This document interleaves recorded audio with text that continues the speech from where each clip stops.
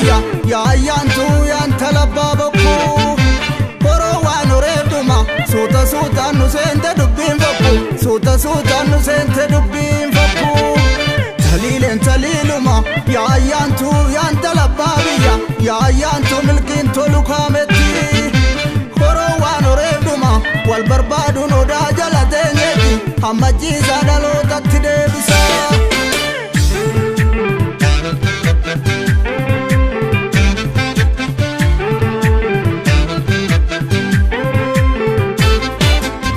Haka barbacha baane gumbiin jaraa silaa uraada kana barra beeku budaada gatachite imbooyin tiksi ulfina baatu namni dhugaa gargarin kaatu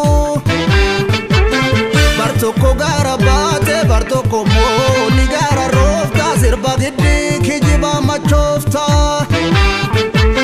maafe amta girgaaban mata oonor magururita shallagannaan sagal sidhiita shakkar moggaatti baasu lafa dhamnaan eessa jiraatu anta boruuf bulu har'a nyaatu waan jedhaniin jettu gogabbite moo gabaadha barbaadda galaana diddeebitee saarraabda alagaan okeetti nu roorrisa saba koora akkamittan callisa quba nyaachaa hafta waliifili jajjabeessa seera makkoobili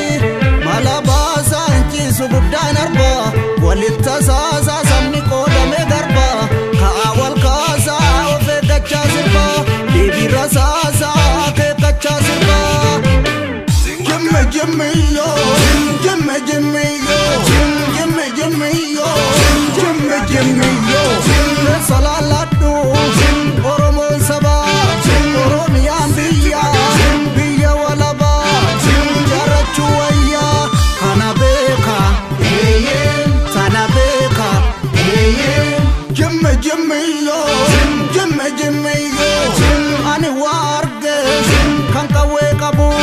kan tokkummaa qabu kan dinagdee qabu kan hayyuu qabu kan goota qabu saba saafala injifannoon gala kana beeka sana beeka bo kana bo kana bo kana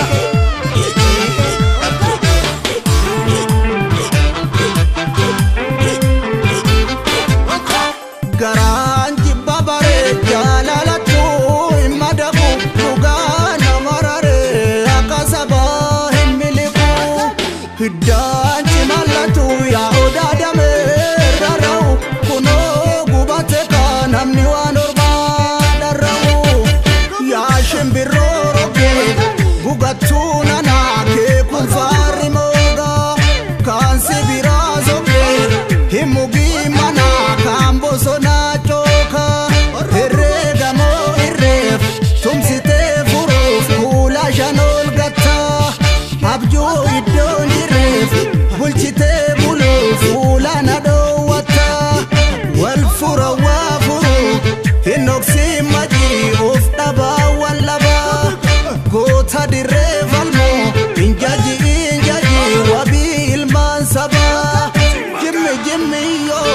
jimme jimmiyo gungumii gumaa gaaddisa jigee meerri caffeetumaa itituu didee si magandawwee lagatte qawwee jimme jimmi